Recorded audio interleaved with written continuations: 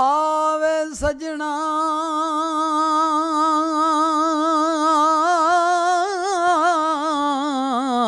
ਉਹ ਗੱਲ ਲੱਗ ਉਹ ਮਿਲੀਏ। ਸਰਕਾਰ ਫਰਮਾਉਂਦੇ ਨੇ ਆਵੇ ਸਜਣਾ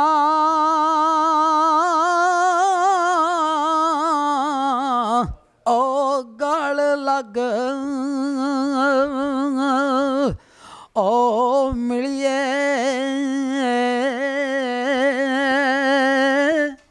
ਤੇ ਜਿਉਂਦਿਆਂ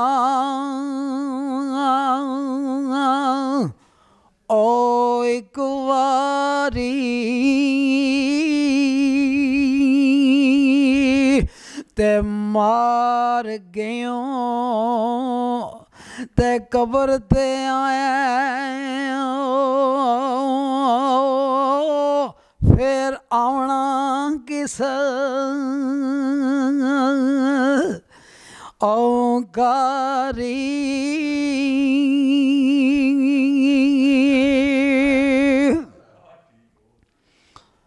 ਸਰਕਾਰ ਫਰਮਾਉਂਦੇ ਨੇ ਸਰਕਾਰ ਦਾ ਇੱਕ ਯਾਰ ਸੀ ਭਾਈ ਬਸ਼ੀਰ ਜੀ ਦੁਨੀਆ ਤੋਂ ਰੁਖਸਤ ਹੋ ਗਿਆ ਤੇ ਜਿੱਥੇ ਯਾਰ ਬਹਿੰਦਾ ਸੀ ਨਾ ਜਿਸ ਵਕਤ ਸਰਕਾਰ ਵਿੜਿਆ ਤੇ ਦੇਖਿਆ ਤੇ ਸੇਜ ਤੇ ਪਲੰਗ ਖਾਲੀ ਨਜ਼ਰ ਆਇਆ तो दिल विच बड़ा एक सदमा मियाँ साहब ने उत्थे बंद लिखिया। सरकार फरमाते ने आवे सजना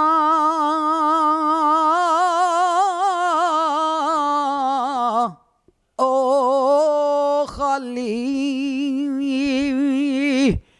ओ बेड़े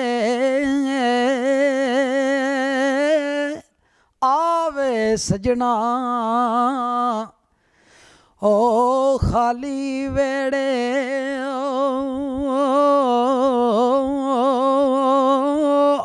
ते कर जा दखल मुकाना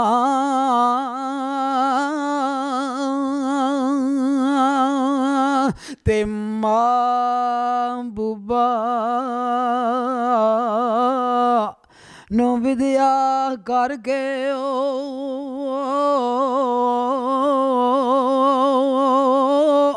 ते मुश्किल बचदियां ओ जाना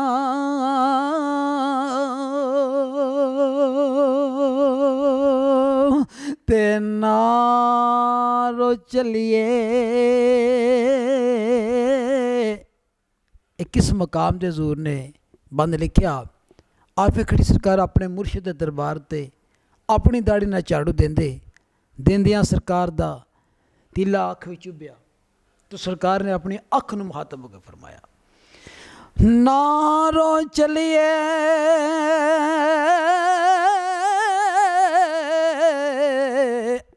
ओ करमा ओ सड़िए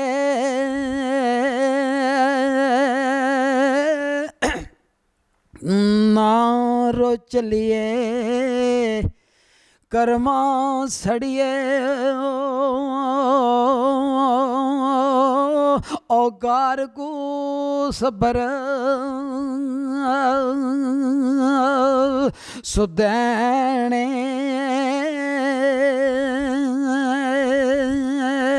ते बेपरवाह नल लागे यारियो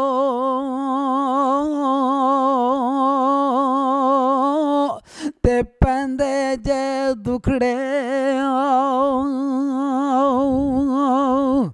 ओ सैने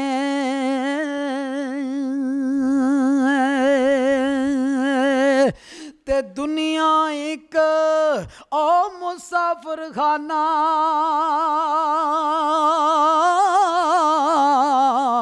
ओ कोई आवे कोई ओ जावे ते किसे दी के ए जुरत मोहम्मद पक्के डेरे ओ लावे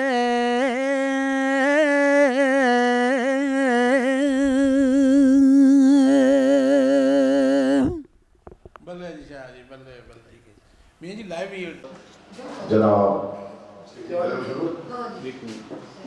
फिल्म पूरी जो करके कोनो शाह जी अपना मियाँ जी जो लोग क्यों की दसी मनो उन्हीं ना उठा पे हमारे में तक नहीं आई बात नहीं बिस्मिल्लाहिर्रहमानिर्रहीम जनाब आज का प्रोग्राम चौधरी बशीर अहमद साहब आप चक पासरियाँ मियाँ रियाज साहब चक पासरियाँ दे डेरे ते हाज़र हुए हैं ये जनाब असगरी शाह साहब आप शेरगढ़